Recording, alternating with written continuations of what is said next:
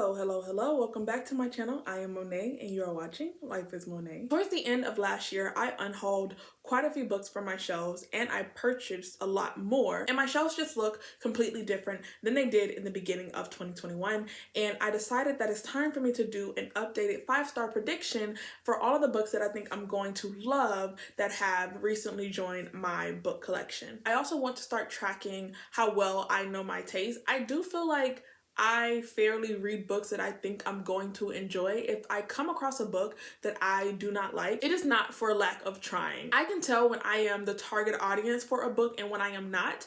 And even if I'm being risky and just trying to read a book just to see if I would like it, I still err on more of the cautious signs. I read a little bit more of the synopsis and I get a little bit of a feel for the people who do like the books because I don't believe in wasting my time. Even if I'm stepping outside of my box, I'm never going to read a book that I think I am not going to like. These books that I'm going to talk about in this video are books that really draw to me for some reason, and I feel like above all else, these are going to be 5-star reads.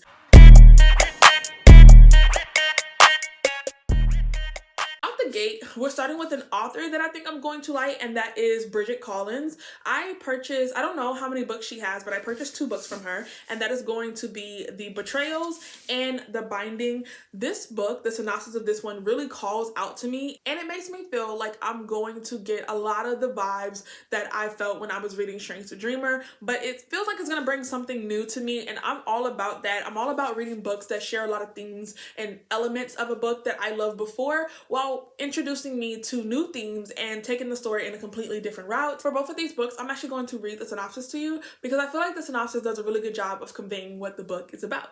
So for The Binding, which, look at this cover, such a beautiful cover. Young Emmett Farmer is working in the fields when a strange letter arrives summoning him away from his family. He is to begin an apprenticeship as a bookbinder, a vocation that arouses fear, superstition, and prejudice among their small community, but one neither he nor his parents can afford to refuse.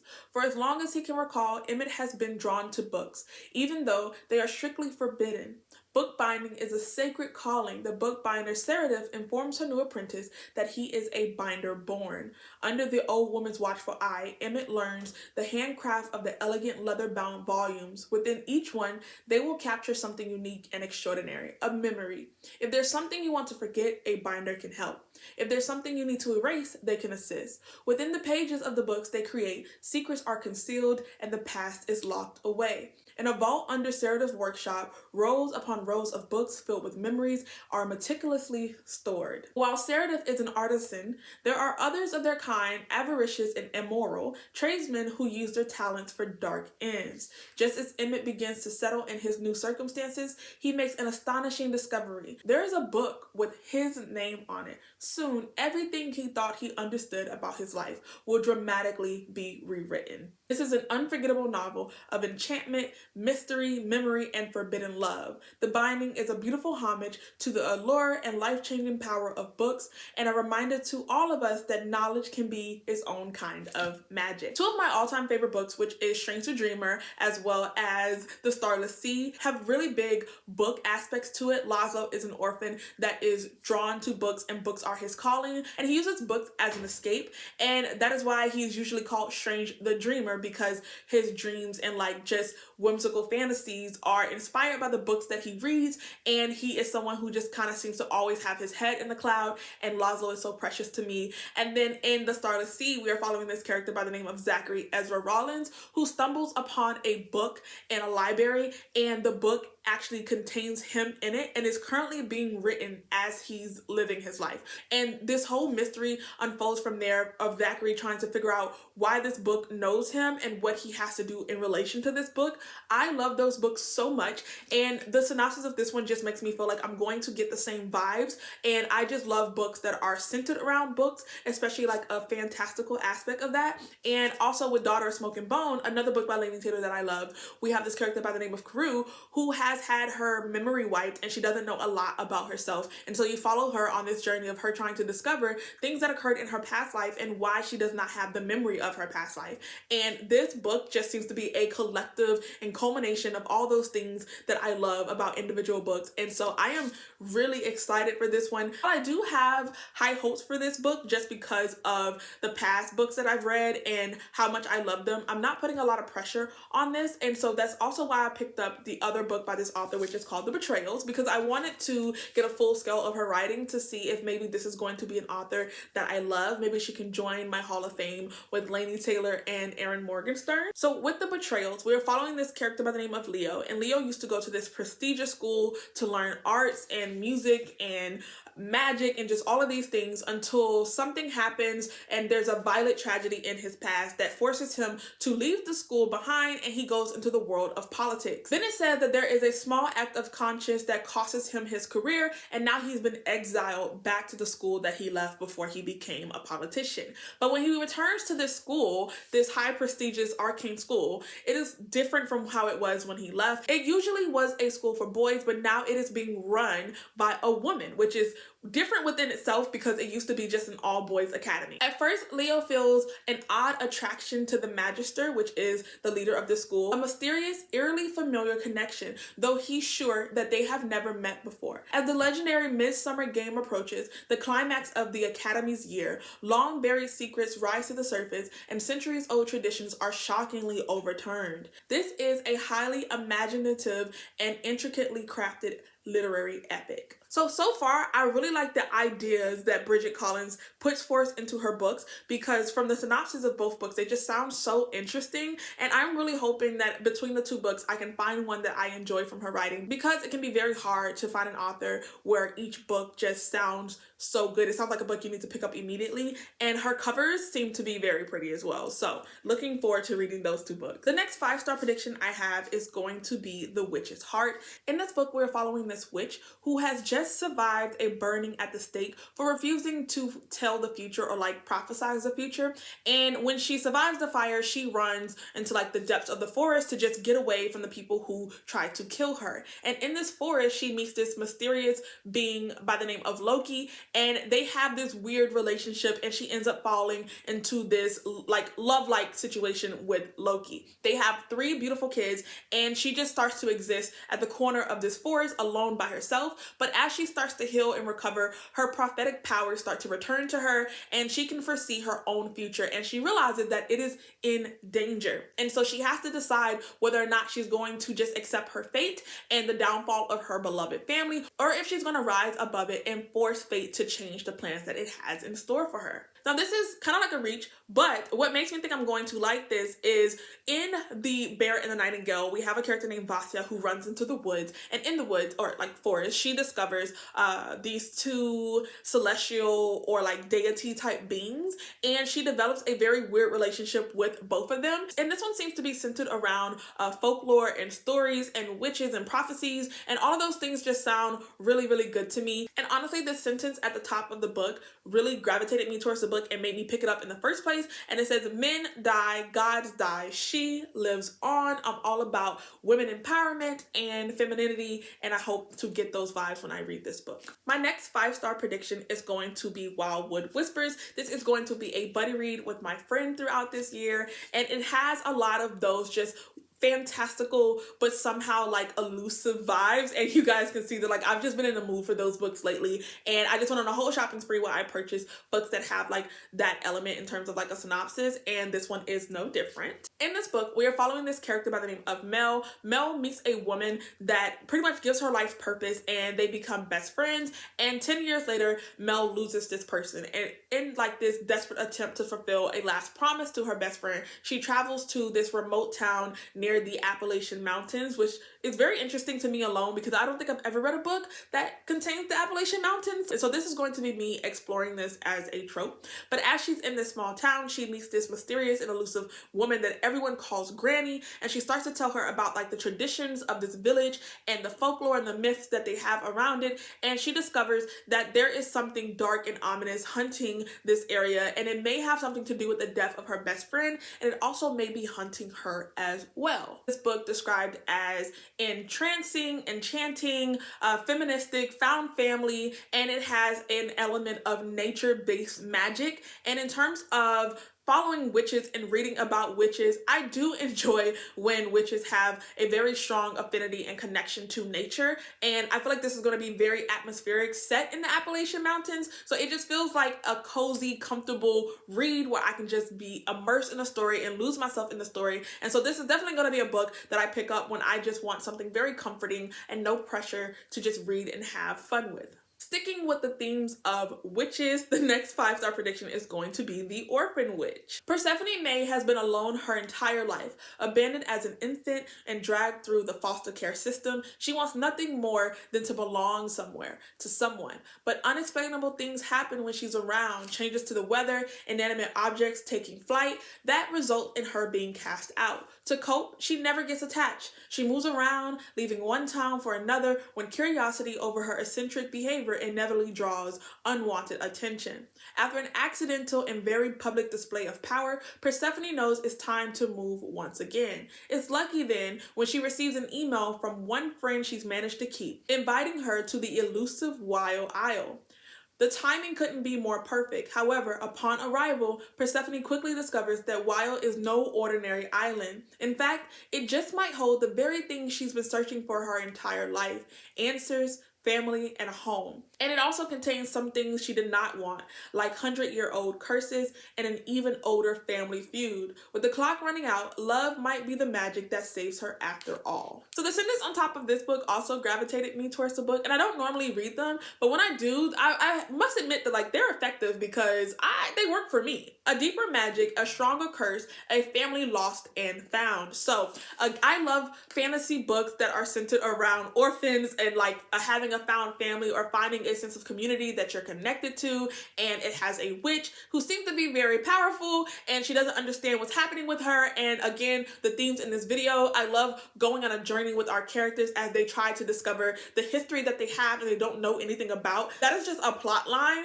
that I am always here for. Like, I love a coming of age story as much as the next person, but having a main character that has this like elusive and like secretive, mysterious past that they don't know anything about and we don't know anything about as a reader, it just makes me feel so connected to the story as we go through the motions of trying to discover who they are and how they lost who they were, how they lost their family. So we start off with this orphan who is alone and she wants family, and then she finds this family and she's gonna have to do everything she can to find a way to keep it, and that just sounds like a book that I am going to be extremely attached to. The next 5-star prediction is actually a book that was sent to me by Cell for Christmas, and it's so funny because Cell sent me this book because they wanted to buddy read it with me, but I purchased the same book and sent it to Chanel for Christmas because I wanted to buddy read it with Chanel. So all three of us own this book and we got it as Christmas gifts, and so we decided to do a buddy read together, and that is going to be the Stationery Shop. Now, some of the people that I follow in the booktube community that have read this book, they have loved it, and that just makes me feel more confident that I'm going to like it. Besides the fact that it is historical romance, it is set in 1950 Tehran, and we have these two people that are trying to avoid a lot of the political warfare that's happening in the country, and they find solace and comfort in this bookshop, and they fall in love there, and they decide that like they're gonna get married against all odds. On the day that they're supposed to get married, violence erupts in the streets, and there is a coup that takes place that pretty much turns the wave of this country and changes its history forever. In the midst of the violence that ensues during the coup, the proposed husband never shows up, and our main character is left to wonder what happened to him. Days turn into weeks, turn into months, and then she just never hears from him again. She decides to move on with her life, and she travels to California, and 60 years later, fate aligns so that they will meet once again, and she gets a chance to ask him all of the questions that have been haunting her for the last 60 years, such as what happened to him, why he never came back, why he never reached out to her, and just everything that was supposed to happen. It gives me like a misconnection, a mischance romance, and I have never read anything like that, but it brings about tragedy, and I'm all for tragedy. I don't know why, it just makes for a compelling read. I love to be emotionally gut-wrenched when I'm reading a book, and this definitely gives me those vibes. And it's also going to be a fun time because it is clearly books that two of my friends have been eyeing, so much so that we ended up gifting each other the same book. So it feels like a buddy read that was just meant to be, and I'm very excited to talk about this with my friends and have a conversation. And other than that, like the experience I'm going to have reading along with them, I do think that the synopsis just sounds perfect to me, and I'm hoping to get more of an insight into what it was like during the political schemings that was happening in this country during that time period. The next book I ordered a physical copy of, but due to like snow and just bad roads, the delivery got delayed, so I'm gonna stick a picture of it here, and that is going to be When We Left Cuba. This is also going to be a historical book, but it's a little bit different and it sounds intriguing to me. This is a book set around the Cuban Revolution, and we have this main character by the name of Beatrice, who has pretty much lost everything in terms of her family, her people, and her country, and she's angry. She has been recruited by the CIA to infiltrate Fidel Castro's inner circle and pretty much just pulled into a dangerous world of espionage, and she is consumed by her quest for revenge and her desire to just reclaim a life that she lost. As the Cold War swells like a hurricane over the shores of the Florida Strait, and this is also where I'm very intrigued because I am actually from Orlando, Florida, and I grew up with a lot of Cuban friends, so just the history of the Cuban Revolution and Fidel Castro is something that I am not unfamiliar to in terms of like just the community that I grew up in, as well as these are topics that were heavily covered in school. And then I have a degree in history, and so with that I have had a very extensive view of the Cold War. And then my last semester of college I took a couple of classes on like Russia itself. Right now as a master's student I am in a program of international affairs, and so Russia and the Cold War and like all these different like proxy countries that participated in the Cold War have been the center of the bulk of my education. So I am very interested to read this book just from that alone. I feel like Beatrice is going to be a very compelling person because she seems to be powered by her rage and her anger, and I am hoping to get a lot more of an insight into what it was like to be a part of Fidel Castro's inner circle. It doesn't have to be historically accurate, but if it can be atmospheric and paint what I think is a realistic picture, that is going to be a win for me. It says that Beatrice gets caught between the clash of Cuban American politics and the perils of the forbidden affair with a powerful man driven by ambitions of his own. When the ever-changing tides of history threaten everything she has fought for, she must make a choice between her past and her future. But the wrong move could cost Beatrice everything, not just the island that she loves, but also the man who has stolen her heart. This year, I am looking to get into more historical fiction type books, and this is the start of that. I'm currently buddy reading one, and that is The Women of Chateau Lafayette, but this one is going to be a 5-star prediction for me, and if I love it, I'm hoping to try the other book that this author has. I think it's called Next in Havana, or what is it called? Yeah, Next Year in Havana, which is another beloved one. And I know that the Brujas and Books book club read The Most Beautiful Girl in Cuba last year, and their following seemed to really like it. I know Naomi put it in the top read of the year, so I'm hoping to like really enjoy this book so that I can go through this author's backlist, because it seems like they're going to provide me with a lot of the books and tropes that I'm very interested in terms of historical fiction. This one is also centered around this book aspect, which is one of the reasons why I'm so excited for it. I don't know much about the synopsis because I want to go into this one kind of blind and just let the story take me away. But what I do know is that we have different characters in different timelines. I think that we're following a girl in Constantinople.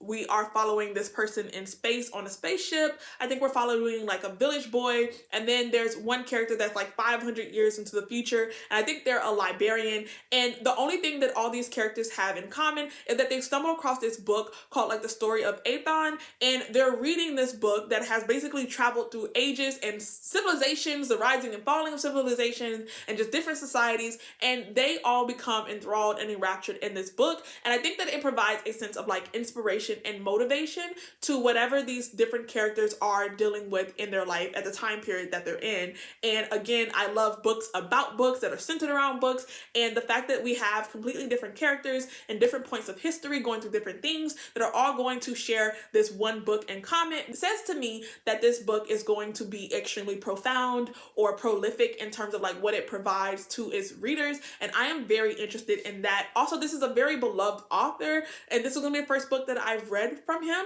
but the reviews that I've heard for Cloud Cuckoo Land just makes me certain that it is going to be the book for me. So we have our pile here. We have Cloud Cuckoo Land, The Binding, The Betrayal, The Witch's Heart, The Stationery Shop, and The Orphan Witch. These are my 6 5-star predictions that I am very, very excited for to read throughout the year. And if you guys have some 5-star predictions, comment them down below. If you heard any of these books and the synopsis sounds very intriguing to you and you want to pick it up, also let me know that down in the comment section. If you've made it to the end of this video, please leave me a bird emoji, and I will see you guys next time.